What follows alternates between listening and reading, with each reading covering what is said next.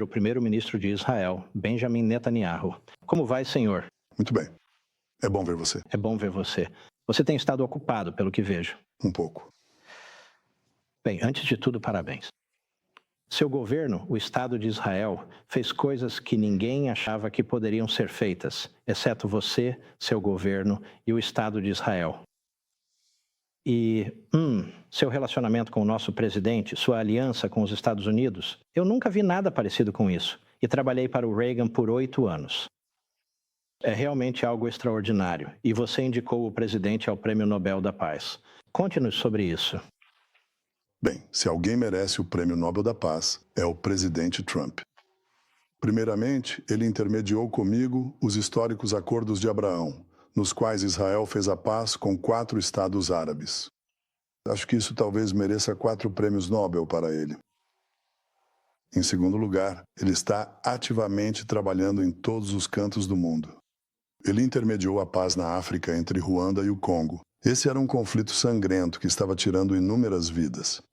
Ele acabou com isso. Ele ajudou a intermediar a paz entre Índia e Paquistão, 2 potências nucleares. Acho que isso é algo importante. Isso mereceria um prêmio Nobel. Ele tem pelo menos outros 3 lugares nos quais sei que está trabalhando, inclusive comigo, na expansão dos Acordos de Abraão. Isso merece um prêmio Nobel. Então acho que todos deveriam se juntar para indicar o presidente Donald J. Trump ao prêmio Nobel. Que seja um nobre prêmio Nobel. Já está mais do que na hora. Acho que você está 100% certo. Quero dizer, quem mais? Sério, não há outra pessoa na face da Terra em quem eu consiga pensar. Antes de entrarmos em algumas das questões mais difíceis e substanciais, quero te fazer algumas perguntas. Você está passando por esse tipo de situação? Tem sua linda esposa, Sarah, tem sua própria família e seu gabinete também tem seus familiares. Muitos deles têm familiares na guerra em Gaza, lutando contra o Irã e assim por diante. Como é para sua esposa ver isso, participar disso com você, esses membros do gabinete e suas famílias? Olha, qualquer pessoa que tenha um filho em Gaza entende que a vida dele está em risco. E os ministros do gabinete, eu tenho muito orgulho deles e o povo de Israel também tem orgulho. Eles não falam sobre isso. Sabe, às vezes em tom de sussurro, seu filho estava lá? Seu filho estava aqui, especialmente quando você ouve sobre baixas. Então isso não é algo distante, sabe? Não são os políticos sentados em suas torres de marfim enviando outros soldados para o campo de batalha para lutar e talvez morrer. É totalmente diferente. Israel é um exército de cidadãos. Somos baseados principalmente em reservistas que lutam ao lado do exército regular com bravura e coragem. Eu disse como leões. Eu chamo esta operação contra o Irã de leão que se levanta, porque na Bíblia está escrito sobre o povo de Israel. Eles se levantarão como leões. E isso é muito verdadeiro. Mas às vezes os leões caem, e isso é uma dor imensurável.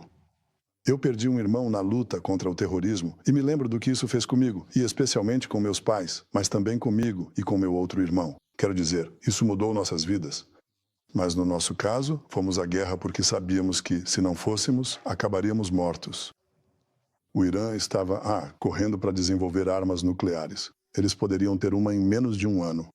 Eles estão correndo para desenvolver milhares, dezenas de milhares de mísseis balísticos, cada um pesando 1 tonelada, caindo a Mach 8. Isso é 8 vezes a velocidade do som, certo? É como um ônibus cheio de explosivos com uma devastação inacreditável. Agora, imagine 20 mil disso em um país do tamanho de Nova Jersey. Você não sobrevive a isso. Então tivemos que agir. É como remover 2 tumores cancerígenos. Agora, você sabe que o câncer pode voltar, mas sabe de uma coisa. Se você não agir, não vai estar por aqui. Então, fizemos isso e houve uma grande unidade. De propósito. Não foi tão fácil assim. Se quiser, posso te contar mais sobre isso, mas é uma decisão difícil. E eu pude fazer isso porque há 40 anos venho falando sobre essa ameaça, e eu sabia que se não agíssemos agora, talvez nunca mais agíssemos. E eu também tinha uma família amorosa e solidária e uma esposa carinhosa que tornou isso possível para mim. Eu não estaria aqui sem o apoio dela. Não é só força de expressão. Eu não estaria aqui sem o apoio dela.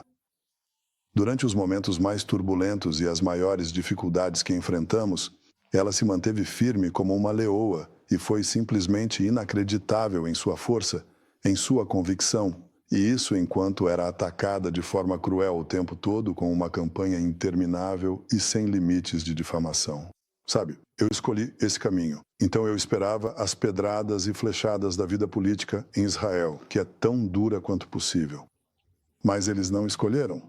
Sara não se casou comigo porque sabia que eu seria primeiro-ministro. Ninguém sabia disso. E meus filhos nasceram nesse meio. Então, é doloroso para mim ver o preço que eles pagam. A política em Israel é bastante brutal. Aqui neste país também é brutal, mas como um observador de fora, é muito, muito feio aqui. Você pode ver o que fizeram com o presidente Trump, tentaram destruí-lo e ainda assim estão vocês dois aqui. Ele passou por isso, superou tudo isso. Você passou por isso, ainda está lidando com isso. Nosso presidente está indignado com o que estão fazendo com você. Mas eu quero continuar com a questão do Irã aqui. Você sabe, os detratores, dos quais há cada vez menos, dizem coisas como, bem, por 40 anos, eles vêm dizendo que o Irã está prestes a ter uma arma nuclear, armas nucleares. A razão pela qual eles não tinham uma antes não é porque em várias ocasiões você os impediu? Bem, nós os atrasamos. Sabe, agora posso falar sobre isso abertamente. Eliminamos vários dos cientistas deles, não os cientistas seniores como fizemos agora, mas cientistas. Fizemos outras coisas, todo tipo de interrupção. Não vou entrar em detalhes, mas provavelmente os atrasamos por cerca de uma década. Eles deveriam estar há uma década onde estão agora. Mas quando destruímos o eixo do Irã, quando atingimos o Hamas com muita força, todos os seus representantes, realmente colocamos o Hezbollah no Líbano de joelhos, derrubamos o regime Assad, todo o eixo deles foi destruído. Esse era o plano deles para destruir Israel, nos cercando com todos os seus representantes e nos invadindo simultaneamente. De novo, somos pequenos, somos maiores que Rhode Island, tenho que dizer isso, mas é só isso, sabe? Somos mais ou menos do tamanho de Nova Jersey. E eles tentariam nos estrangular e nos matar, e nós rompemos com isso. Então agora, o que eles fizeram? Eles entenderam que só tem mais uma maneira de destruir Israel, que é correr atrás de armas nucleares. Eles já tinham urânio enriquecido, certo? Mas eles precisavam ter a arma. Urânio enriquecido é como pólvora, certo? Eles precisavam ter a bala e o mecanismo que detona a bala, certo? E é isso. Isso se chama armamento. Eles correram para se armar depois da queda do Hezbollah e do colapso do eixo. E nós pudemos ver isso. Dissemos que em um ano eles teriam uma bomba atômica e a usariam. Diferente de outras potências nucleares, eles realmente a usariam e nos exterminariam. Então nós não passamos por 3.500 anos de história judaica, a grande odisseia, ao longo do tempo em que nós, você sabe, perdemos nossa terra, fomos dispersos entre as nações e voltamos, reunimos os exilados, reconstruímos nossa independência em nossa terra ancestral. E isso vai acabar por causa desses ayatolás loucos que gritam morte a Israel, morte à América. Eles querem nos destruir porque depois conquistarão o Oriente Médio e depois irão atrás de vocês. Não íamos deixar isso acontecer e eu, como primeiro-ministro do único Estado judeu, não vou deixar isso acontecer. Então tomamos a decisão de agir, agimos e vencemos. Mas ainda não acabou. Nunca acaba. Qual foi o papel desempenhado pelos Estados Unidos? Quero dizer, de uma administração para outra, foi como da noite para o dia, do meu ponto de vista. A administração Biden retendo armas, meio que fazendo você recuar, amarrando suas mãos para trás. Então, quando você teve sucessos como contra o Hezbollah, meio que entraram na frente e acenaram. Não tenho essa impressão com Donald Trump. Parece que ele estava pronto para agir. Você tem uma relação longa com ele, uma relação muito próxima com ele. E ele, tanto de forma cerebral quanto instintiva, ele sabe o que é certo e errado e apoia o Estado judeu. Acho que ele apoia o Estado judeu. Nunca tivemos um amigo como ele na Casa Branca. Isso é até um eufemismo. Quero dizer, ele é notável. Ele realmente é. Digo, as conversas que temos com ele, sabe, ele, antes de tudo, tem um senso de humor incrível. As pessoas não sabem disso, quero dizer, ele realmente pode te fazer rir até cair no chão, de tão engraçado que é. Mas ele vai direto ao ponto, corta a névoa e diz coisas que as pessoas costumam evitar. Mas ele chega logo à questão principal. E ele disse isso de forma muito clara. Quero dizer, quando Sarah e eu fomos vê-lo em Mar-a-Lago antes da eleição, ele disse: sabe, se formos eleitos, temos que garantir que esses caras não tenham bombas atômicas, porque eles vão usá-las. E ele foi bastante deliberado quanto a isso e basicamente não abandonou essa opinião. Ele se manteve firme nisso. Eu acho, sabe, eu acho que ele também entendeu que isso é uma ameaça terrível para os Estados Unidos, porque eles não estavam apenas desenvolvendo armas nucleares. Eles estavam desenvolvendo mísseis para transportá-las por grandes distâncias e, no fim das contas, até Washington, Nova York, Filadélfia e Miami. Você escolhe, ok? Esse é o perigo que você teria. Um regime que grita morte à América, que matou e feriu milhares de americanos no Iraque e no Afeganistão por meio de seus IEDs, dispositivos explosivos, que bombardeou sua embaixada, que queimou sua bandeira, que tentou assassinar o presidente Trump 2 vezes, a propósito, tentou me assassinar uma vez, e eles simplesmente colocaram uma recompensa em nossa cabeça. Fiquei ofendido com o valor, deveria ser maior. Mas quero dizer, isso é ridículo. Esses são os inimigos da América, que juraram destruí-los e, claro, o presidente Trump entende isso. Ele entende que nosso inimigo é seu inimigo e que nossa vitória é sua vitória. Mas ele foi além disso. Ele mudou a política americana. Ele disse, se este é nosso inimigo comum, podemos ter uma vitória comum. E depois que nós, você sabe, fizemos o começo, e ele fez o final. E foi um final tremendo. Quero dizer, esses pilotos de B-2 são incríveis. A decisão de usá-los com precisão e grande força foi uma decisão tremenda, e acho que isso não só nos ajudou no Oriente Médio contra o Irã, mas também ajudou a projetar o poder e a determinação dos Estados Unidos ao redor do mundo. É uma América diferente. É a América que eu acho que todo o mundo livre realmente ansiava por ver. E estamos vendo isso agora. Então eu acho que na questão do Irã, as pessoas disseram, vocês vão ter a Terceira Guerra Mundial, vocês vão ter China e Rússia e milhares de vítimas e tropas no chão e tudo mais. E esse absurdo que você ouve, de onde vem? Bem, acho que sei de onde isso vem, mas foi uma tolice, foi um absurdo.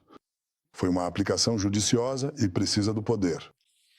Nenhuma divergência entre Israel e os Estados Unidos, nenhuma divergência entre um presidente americano e um primeiro-ministro israelense e um trabalho em equipe que nunca foi visto antes. O presidente disse isso e eu, tendo trabalhado com vários presidentes americanos, posso dizer que ele está absolutamente certo. Então, é uma conquista notável e, é ótimo para Israel, obviamente. É ótimo para o Oriente Médio, para o futuro da paz e da prosperidade. E acho que é muito bom para a América. E se é bom para a América, é bom para o mundo, certamente bom para o mundo livre, do qual somos parte integrante. Vamos olhar para a região aqui no Oriente Médio. Quase tudo mudou agora. Quero dizer, a Síria, os esforços do seu governo, Assad se foi. Há um novo governo, sabe? Não temos certeza de como é esse governo, mas o presidente está tentando. Você está tentando também, está torcendo pelo melhor. O Líbano, por causa do que você fez ao Hezbollah, parece que eles têm, um novo nascimento de liberdade. Vamos ver como isso vai se desenrolar. Parece que a Arábia Saudita quer participar. As pessoas precisam entender, no nosso país a Arábia Saudita nunca foi amiga do Irã, isso é certo. Você começa a perceber no Oriente Médio que, bem, o poder importa no Oriente Médio. E se você é vitorioso, isso importa ainda mais. E então, estamos começando a ver movimentação no Oriente Médio agora. Você tem países, não precisa nomeá-los, meio que canalizando, dizendo queremos melhores relações, queremos trabalhar com Israel e assim por diante. Isso é pouco. Isso é realmente um eufemismo, quero dizer. Sim. Canais secundários, canais abertos, canais secretos. Você se lembra da declaração do presidente Woodrow Wilson, ao entrar, na Conferência de Paz de Versalhes, no início do século XX, Ele disse, eu acredito. Ele disse, em acordos abertos, alcançados abertamente. Eu tenho uma emenda. Eu acredito em acordos abertos, alcançados secretamente. Isso aumenta as chances de acelerarmos essas incríveis possibilidades de paz e estamos trabalhando nisso. Estou trabalhando nisso com o presidente Trump. Estamos trabalhando nisso juntos. Nossas equipes estão trabalhando nisso. Sim, as possibilidades são grandes, porque você sabe, nós dois concordamos com a doutrina da paz através da força. Ok? Então, primeiro vem a força, depois vem a paz, mas temos que manter o Irã sob controle. Manter o Irã sob controle, eu não acho que a mentalidade islamista mude assim. Na verdade, eu não acho que mude de forma alguma. Então, me parece como observador que, seja qual for o resultado disso, os israelenses e os Estados Unidos precisam ser capazes de desferir outro golpe, se necessário. Os russos estão falando sobre ajudar os iranianos e assim por diante. Então, se eles quiserem voltar, reconstruir e assim por diante, você não pode simplesmente ignorar isso, pode? Não. Nós não ignoramos. Não tenho certeza se a Rússia vai correr para ajudá-los. Na verdade, ninguém correu para ajudá-los. Essa foi uma das, você sabe, das coisas impressionantes que aconteceram. Eles tinham certeza de que, se entrassem em guerra contra nós, lembre-se, eles estão ameaçando nos aniquilar. Não é que, nós tenhamos começado uma briga.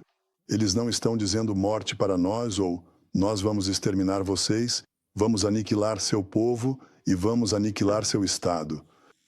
Sabe, você meio que poderia esperar ali e dizer, bem, talvez eles façam isso, talvez não. Não, eu disse que eles fariam, mas também disse que não fariam. E esse tem sido, meu foco nos últimos 40 anos. Eu percebi que a união de armas nucleares com um regime islâmico militante é o maior perigo que Israel enfrenta e que o mundo enfrenta, porque eles podem não ser tão frios e calculistas no uso de armas de morte em massa quanto outras potências. Então, é um grande perigo, um perigo enorme, para nós, para o Ocidente, para a América, a quem eles odeiam. Quero dizer, vocês são o grande Satã. Nós somos o pequeno Satã. Como é que vocês têm tantos defensores do Irã na sua mídia? Eles são, agora vejam, eles não podem ser cegos. Eles não podem ser tão cegos. Então há um motivo oculto aqui? Você vai me dizer. Mas ninguém pode ser tão tolo, ok? Mas isso é uma completa loucura. Essas pessoas querem destruir você. Eles dizem que querem destruir você. Eles mataram americanos. Eles tentaram assassinar o presidente Trump. Eles queimaram a bandeira americana. Eles bombardeiam suas embaixadas e tudo o que você imaginar. Quero dizer, tudo isso é inexplicável, mas isso é outro assunto. O presidente Trump entendeu, eu entendi. Unimos forças e os fizemos recuar. O DNA deles é exatamente como você descreveu, certo? Então, a menos que você consiga um acordo excepcional, nada de enriquecimento, como o presidente Trump e eu dissemos, nada de mísseis balísticos que possam alcançar suas costas, nada de mísseis balísticos além do que é permitido pelos tratados internacionais, ou seja, 300 milhas, certo? E nenhum acesso ao terror. Me dê esses 3 pontos, sabe? É um regime diferente. Se concordar com isso, se não concordar, apenas mantenha-os sob controle e deixe as coisas seguirem seu curso dentro do Irã. Estou te dizendo, Mark, e estou dizendo ao seu público, esse regime está com sérios problemas. Quero dizer, o Oriente Médio sem o Irã, o Oriente Médio com Israel e nossos parceiros árabes, as possibilidades de cooperação econômica, cooperação tecnológica, cooperação em energia, IA, turismo, comércio. Quero dizer, é um mundo diferente. Você parece muito otimista agora. Sim. Você é otimista. Eu sou. Eu nunca sou poliana. Não? Não, eu. Mas você é otimista. Sim, mas eu não vejo o mundo através de lentes cor-de-rosa, sabe? Eu vejo isso, a realidade. Conquistamos uma grande vitória, e isso pode gerar um crescimento fantástico. A vitória dos aliados sobre os nazistas produziu um tremendo crescimento para o Ocidente e para a Europa. Tremendo, certo? E isso está acontecendo agora mesmo. Mas, você sabe, nada é garantido a menos que você proteja seu sucesso.